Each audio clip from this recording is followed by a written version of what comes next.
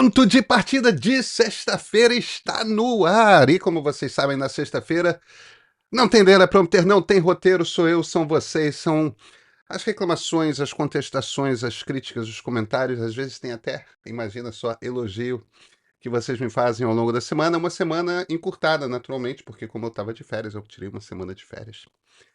Fiz esse abuso.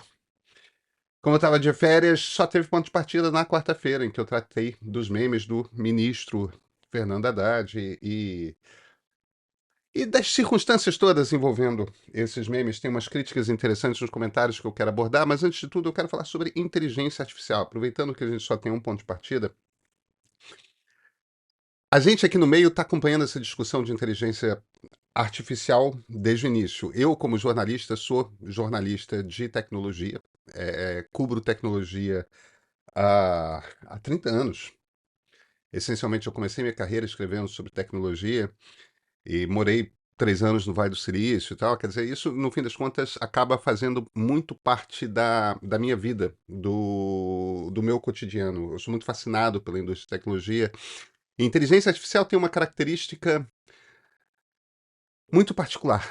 Inteligência artificial talvez seja maior no seu impacto que vai causar na vida, na sociedade. Talvez tenha um impacto maior do que a própria internet. Algumas pessoas comparam, o CEO do Google é um desses casos, compara a inteligência artificial com a entrada da eletricidade. A diferença é que o impacto não vai ser um impacto sentido na sociedade num espaço de 30, 40 anos. Vai ser um impacto sentido em 10 anos, porque a evolução está indo muito rápido. Muito rápido mesmo. E aí, cara, a gente tem uma questão que é o seguinte: esses 10 anos é medida a partir do anúncio do lançamento das ferramentas de imagem, né? Midjourney, Dali, etc., e do ChatGPT em 2022, ou seja, já passaram 10 anos desse prazo de 10 anos. Mas o que é a inteligência artificial? Como é que a gente entende? Tipo, para começar, não é inteligente, né? É um pouco mais complicado do que isso. É essencialmente uma máquina de calcular a probabilidade. Qual é a palavra mais provável de aparecer como resposta, como primeira palavra de uma resposta à pergunta que você faz? Qual é a segunda? Qual é a terceira? Mas o impacto desse troço é tão grande que vai mexer em todas as profissões. Não está claro se vai acabar com empregos, com tantos empregos como algumas pessoas falam, mas é certo que vai transformar a maneira como a gente trabalha, vai mudar profundamente a maneira como a gente trabalha, vai tornar nosso trabalho, de certa forma, mais eficiente. Agora, vai transformar nosso trabalho em menos repetitivo.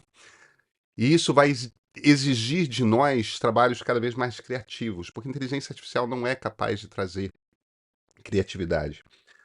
O problema é o seguinte: todo mundo está de alguma forma exposto a essa discussão sobre inteligência artificial, e isso é uma coisa que a gente vem reparando, mas muito pouca gente ainda entende de fato o que inteligência artificial é, em que fase a gente está do desenvolvimento dessa coisa que nós decidimos chamar de inteligência artificial.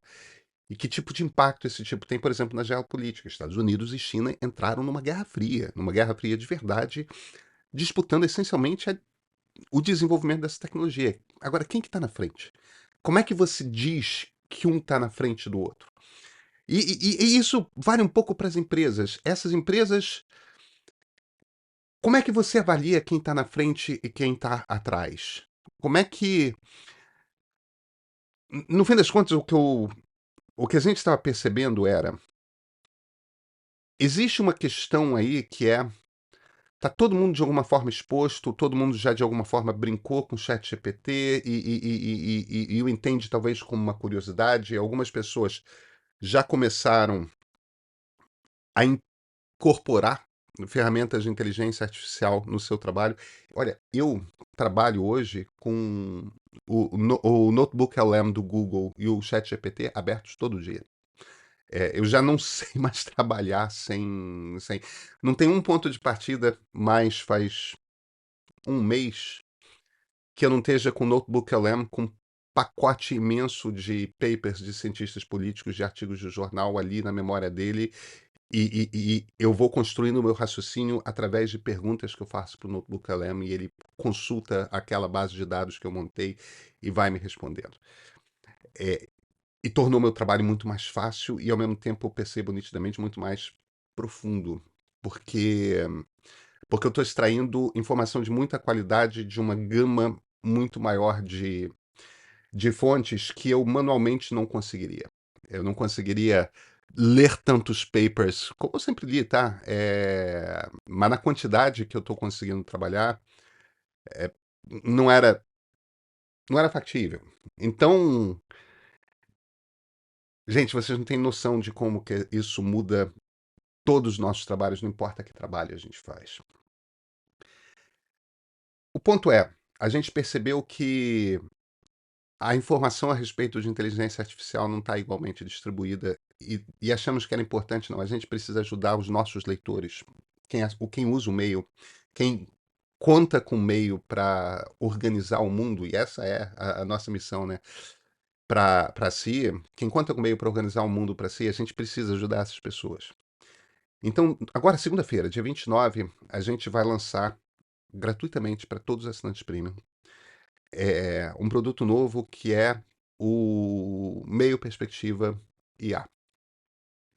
É o primeiro dessa série Meio Perspectiva. Em essência, é um PDF. É como se fosse uma revista, só que é digital. Vai ter duas versões para PDF, uma versão pensada no celular, uma versão pensada em tablet e desktop, que é aquela leitura que eu acho que é um pouco a coisa que a gente se especializou em fazer, que ela é simultaneamente profunda, mas ao mesmo tempo amigável. Você não precisa pegar 4 livros e passar 3, 4, 5 semanas lendo. Não, não, não, não. É uma coisa para você ler em metade de uma manhã, em metade de uma tarde. Uma coisa ali para você ler, uma leitura que tem que ser, esse é sempre o nosso objetivo, agradável. Tem pesquisa ali, tem um glossário de termos e tem vários artigos, como é que está sendo usado nos negócios, como é que é a disputa geopolítica, o que que quais são os recursos que estão em disputa pelas empresas que estão nessa briga. No fim das contas, tudo aquilo para você ter uma visão geral e profunda de IA numa leitura curta, tá ali naquele pacote. E olha, se você não é assinante premium do meio, essa é uma boa, esse é um bom momento para ser. R$ 15 por mês, tá? 150 por ano, abaixo de 2 meses, se você fizer assinatura anual. É um bom, é um bom momento. Porque, ó, não é sempre que a gente lança um produto com esse nível de qualidade que nos deixa tão felizes. Segunda-feira, link para baixar para todos os assinantes premium. Então deixa eu vir aqui para Tachad, os memes do Haddad. Deixa eu começar com 3 comentários. Luiz Henrique Machado. O ponto é que a onda de memes não é meramente para criticar os impostos, mas primordialmente para atacar e sujar a imagem do provável sucessor de Lula no PT. Tá? Júnior Freire. Olá, Pedro, mas e se esses memes foram produzidos por assessores vindos de gabinetes de deputados como Nicolas Ferreira, por exemplo? Aí pode? Afinal, são pagos com dinheiro público. Tá? André Guimarães. Me parece que existe sim uma orquestração para fabricar e publicar memes contra ou a favor de um grupo político, fazendo disso propaganda política. Sendo assim, o foco da discussão seria: qual o limite? Eu posso pagar pessoas para divulgarem cortes do meu conteúdo político na internet? Eu posso pagar uma estrutura de criação e divulgação de memes contra meus opositores políticos? Posso disparar centenas de mensagens em grupos de Telegram criticando ou enaltecendo pessoas porque isso me favorece? Posso fazer tudo isso, mas se eu fizer o mesmo na mídia tradicional, aí é propaganda? O que esses 3 comentários me batem, a maneira como eles me batem é o seguinte: de alguma forma, ou os 4 anos de governo Bolsonaro deturparam na cabeça das pessoas a maneira como a democracia funciona, ou então talvez nunca tenha sido claro como que uma democracia funciona. Então, respondendo, por exemplo, a questão: ah, e se foi um deputado bolsonarista que fez? Esse foi um deputado qualquer que fez no gabinete dele usando verba pública. Um deputado é uma pessoa eleita para manifestar a opinião dela. Ele tem um grupo de ele tem um grupo de assessores aos quais ele tem direito, cujo trabalho essencial é promover as ideias desse deputado e questionar e criticar as ideias às quais esse deputado se opõe. Então, se um deputado usar seus assessores para promover memes contra qualquer político, contra qualquer grupo político, esse é o trabalho dele. Ele é eleito para representar uma das correntes de opinião que estão na sociedade. Com toda a antipatia que eu tenho pelo deputado Nicolas Ferreira, e eu tenho profunda antipatia por ele foi eleito com uma votação bastante expressiva para representar uma corrente de opinião que existe na sociedade. E a maneira como você combate isso é fazendo isso que a gente está aqui fazendo aqui. Falando, tendo ideias, questionando, fazendo exatamente o mesmo jogo. Mas numa democracia, um deputado eleito, em essência, representa as ideias de um conjunto de pessoas na sociedade brasileira. E se ele representa o suficiente, ele tem votos o suficiente para se eleger. Esse é o trabalho dele. Aí vamos lá para a coisa do Luiz Henrique. O ponto é que onda de memes não é meramente para criticar impostos, mas primordialmente para atacar e sujar a imagem do provável sucessor de Lula no PT. Digamos que seja. Pode ser.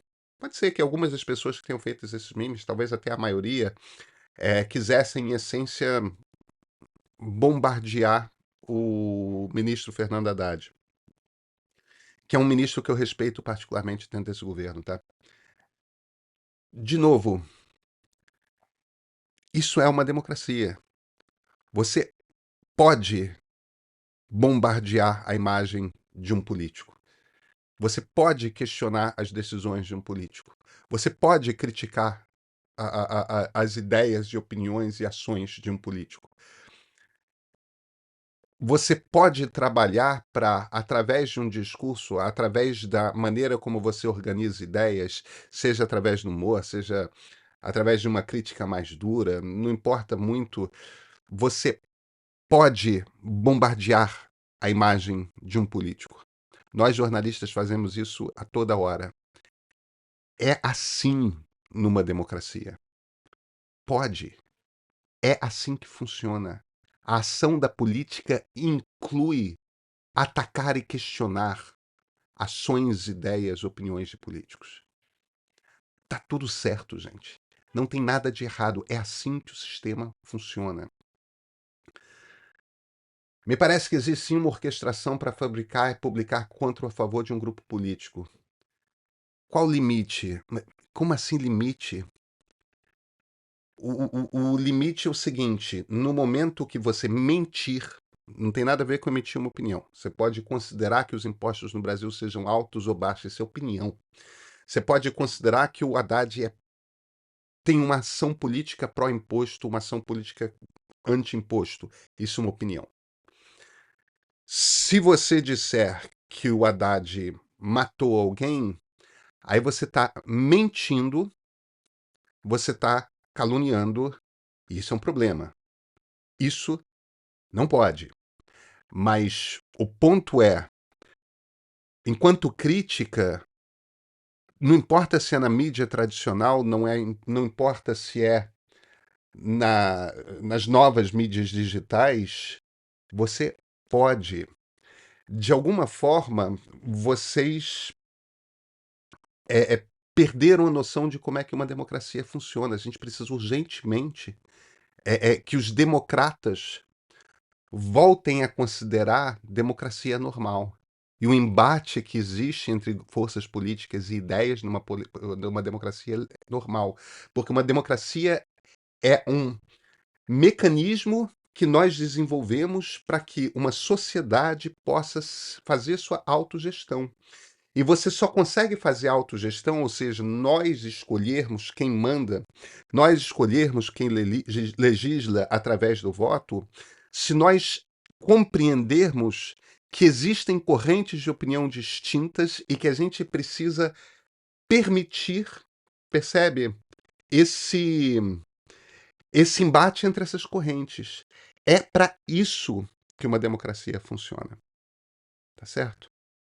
E claro, eu sou Pedro Doria, editor do Meio. Ó, edição de sábado de amanhã do Meio tem uma reportagem da Silvia Colombo. A Silvia Colombo é uma das jornalistas brasileiras que mais profundamente conhece a América Latina. A gente não podia ter escolhido uma pessoa melhor para botar o pé na Venezuela nesse fim de semana de uma eleição muito importante. A Silvia está entrando e saindo da Venezuela porque não está trivial fazer a cobertura.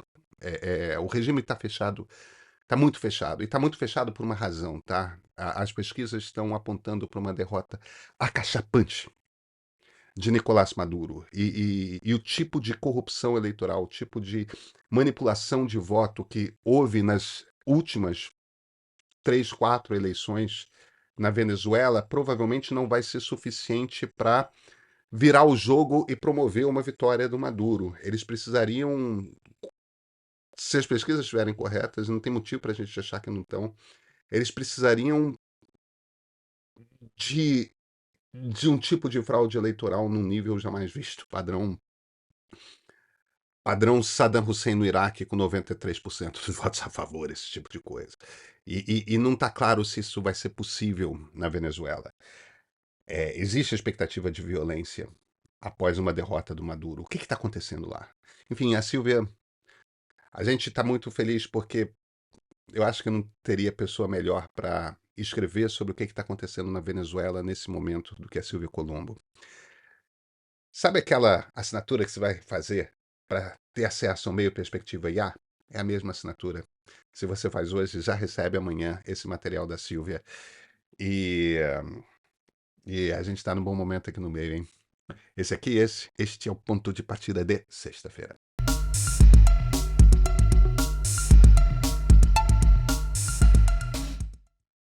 André Lages Ramos.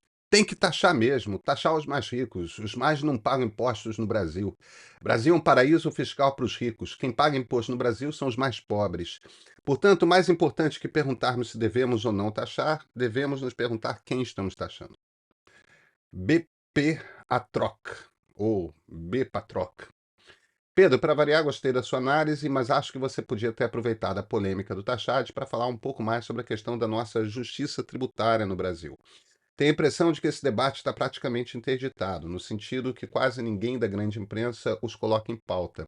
E fica a impressão que a única opção possível é sempre somente cortar gastos, que também entendo como importante. Não deveríamos falar mais sobre isso? Faz sentido o Brasil seguir sendo um dos países que não se paga imposto sobre dividendos? Como se compara nosso imposto sobre herança com outros países liberais? Faz sentido quem tem jatinho, iate, helicóptero não pagar nem IPVA? Enfim, me considero um liberal como você e não como Van Hatten. E realmente acredito que deveríamos fomentar mais essas discussões, até levando em consideração a questão da reforma tributária em discussão no Congresso, tão sujeito aos lobbies de sempre. Olha, o liberalismo é meio que. O liberalismo é. Ele não tem. É possível você defender impostos altos e não defender impostos altos dentro do liberalismo. Não, isso não é uma. Isso não é uma questão. é, uma questão definidora do que é ser liberal, o que não é ser liberal. Entende? No fim das contas, a questão é o seguinte: que Estado você quer? Que atribuições você quer dar a um Estado democrático liberal? Você pode, por exemplo, e muitos liberais defendem, que existe um Estado mais distributivo. E eu acho que a gente está numa fase de concentração de recursos, entendeu? Deu um salto o número de milionários, um salto o número de bilionários no mundo, que faz sentido sim a gente ter um Estado mais distributivo. O problema é como é que você faz essa distribuição. Uns defendem que deve ser através de serviços públicos. Outros seria uma proposta mais liberal, defendem que é você dar dinheiro na mão das pessoas. E isso não precisa ser uma coisa ou outra. Tipo, o Bolsa Família, por exemplo, é claramente um projeto liberal de você dar dinheiro na mão das pessoas. Um SUS, por exemplo, é um projeto de você promover saúde pública através de serviços públicos, né? Aí você financia serviços públicos. Eu particularmente acho que a posição do meio é sempre melhor. Você tem um mix ali. Eu não acho que você deve dar dinheiro para as pessoas pagarem a sua segurança. Eu acho que segurança é claramente um serviço público. Eu acho que em educação pode haver um mix de você usar bolsas diretas para financiar a educação em escolas privadas para alguns estudantes, e você ter uma malha de escolas públicas de alta qualidade para outros, entende? Eu acho que as duas coisas são. Porque depende da região, em algumas regiões vai ser mais econômico uma coisa, em outras. Enfim, o debate é super profundo e eu certamente não sou especialista, eu não mergulharia nisso por incapacidade. Mas o ponto aqui é: a gente, por exemplo, dobrou o investimento em educação no Brasil nos últimos 20 anos e vimos mexer muito pouco o ponteiro nacional é, de resultados de exames. Entendeu? Ou seja, a gente não conseguiu, aumentando o gasto em educação, melhorar a qualidade da educação. Isso não quer dizer que a gente não deva continuar aumentando o gasto em educação. Isso quer dizer que a gente tem que perguntar antes como que a gente está gastando e se a gente está gastando direito. A gente tem que ter uma boa tese a respeito de por que a gente não gasta bem. E olha, os especialistas consideram que uma das questões chaves é que a gente precisa fazer uma avaliação melhor de diretores e a gente precisa fazer uma avaliação melhor de professores. E a gente tem que ter maneiras de tirar os professores que não são bons, que simplesmente cujas turmas não têm resultado. E, ao mesmo tempo, premiar mais os professores que são bons. Você tem que ter uma maneira de você dar incentivo para aquele professor que está ali entregando o resultado. Entregando o resultado é aluno feliz e aluno bem educado. Né? A gente precisa ter mecanismos para fazer isso dentro do ensino público e hoje eles não existem. Então por que eu estou entrando nesses pontos? Essa questão de mais ou menos imposto, para mim é um pouco irrelevante, sabe? Acho que imposto tem valor. é, Acho que imposto faz parte do jogo. Acho que você pode cobrar imposto metade do salário das pessoas, entendeu? O que que você entrega em troca? Entendeu? O que que as pessoas deixam de precisar de pagar? O que que o Estado oferece em troca? Um dos problemas que a gente tem no Brasil é que a gente tem uma carga tributária razoavelmente alta para um Estado que é muito medíocre na entrega. E um dos motivos que o Estado é muito medíocre na entrega é que o Estado brasileiro considera que ele tem que estar em muitas áreas ao mesmo tempo. Considera que ele tem que ter muitas estatais, que tudo é público, tudo é valor nacional.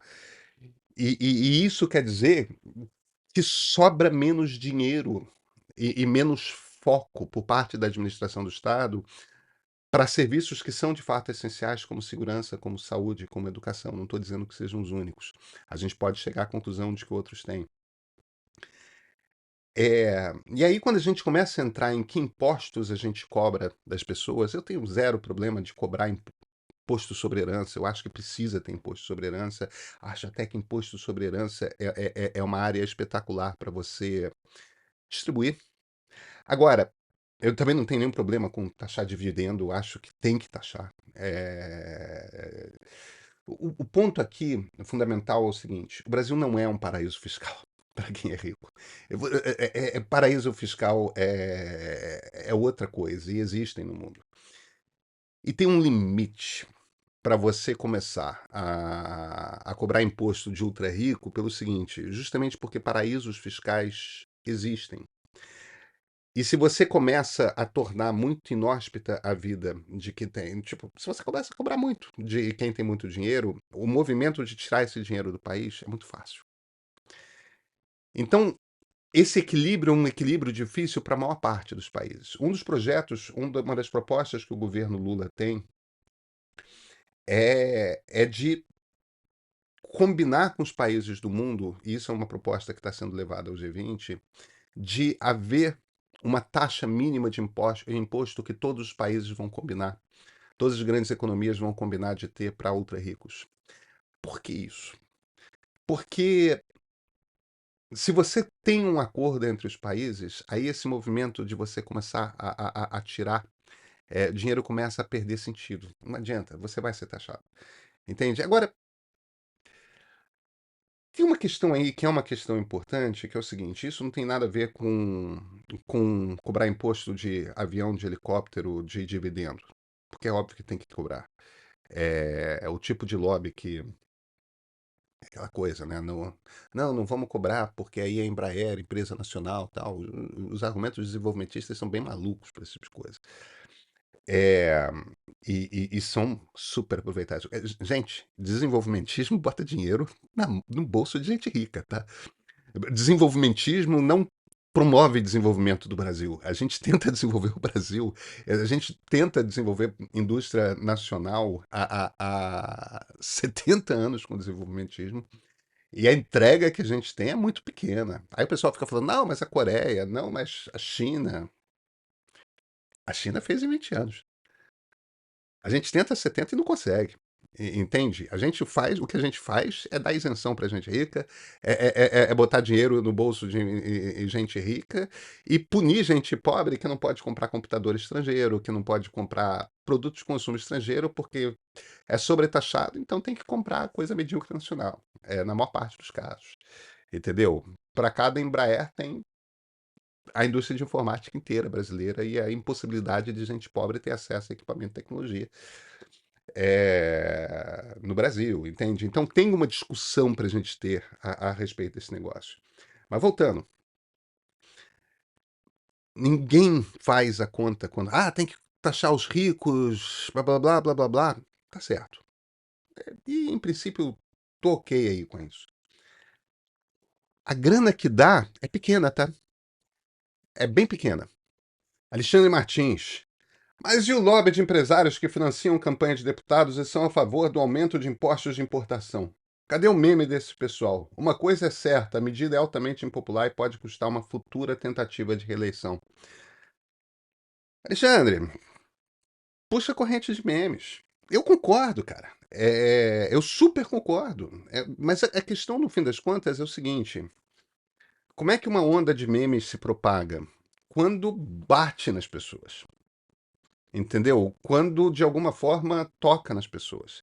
Então, no fim das contas, o que um meme precisa fazer é ele comunica muito rápido uma ideia que imediatamente as pessoas compreendem, aquilo reverbera internamente nelas e aquilo, plá, começa a explodir.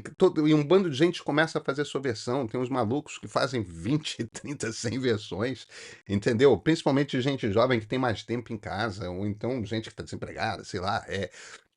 O ponto é, a qualidade de um meme é ser uma mensagem muito simples, bem-humorada, mais gráfica do que em texto e que reverbera imediatamente.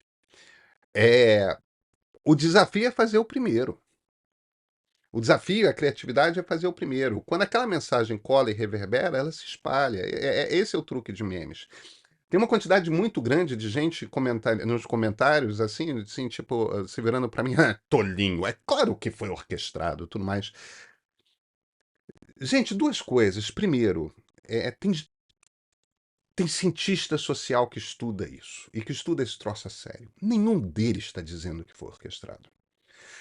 Essa coisa de partir do princípio de que foi orquestrado porque eu acho que foi, tipo, ou você leva a ciência a sério ou você não leva. Nenhum cientista social que estuda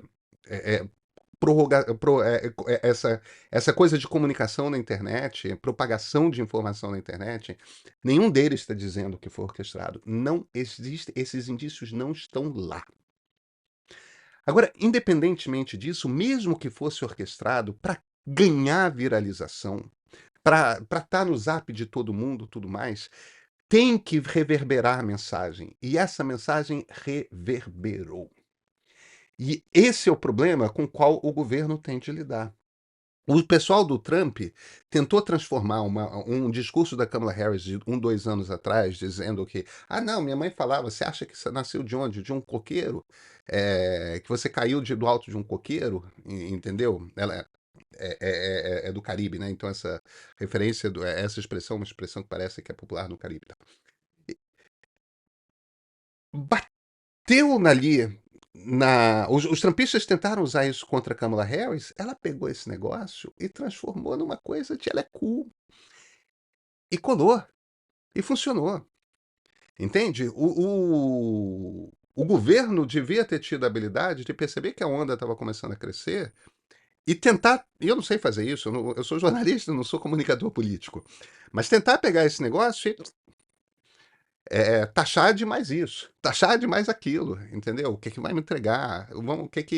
Para que esse imposto vai ser gasto? Ou então se virar e falar, não é taxade, é lirade, entendeu? É taxira. Na verdade, é coisa do Arthur Lira esse troço de... O cara vira, entendeu? Comunicação de governo serve para isso também, de você pegar, acomodar no peito a crítica que vem e responder, reagir. Não é ficar pegando o telefone, pegando o zap de tudo quanto é jornalista, falando está sendo organizado, tá um ataque, é gabinete do ódio. É do jogo. É do jogo. É assim que funciona numa democracia. E não existe o indício de que esse troço partiu de um gabinete do ódio profissional. As pessoas estão zangadas com esse negócio. Se o governo acha que está certo, tem que se defender, tem que argumentar. Se o governo acha que a crítica é injusta, tem que dizer por que é injusta. Se o governo acha que não está sendo visto um outro ângulo disso, tem que mostrar esse outro ângulo. E, de preferência, fazer isso com a linguagem da internet. Tem muita gente na esquerda que sabe usar esse tipo de linguagem. Aproveita essas pessoas, aproveita esses talentos. Gente, vamos sextar? Estamos no ano 2 do uso da inteligência artificial. O quanto ela avançou, em que setores? O quanto que é promessa vazia? Vem cá, o que de novo está para explodir nos próximos meses? Como vai ser o futuro, hein? Não o futuro distante, mas o futuro de daqui a pouquinhos anos. Existe chance de ela se tornar igual à inteligência humana? Maior?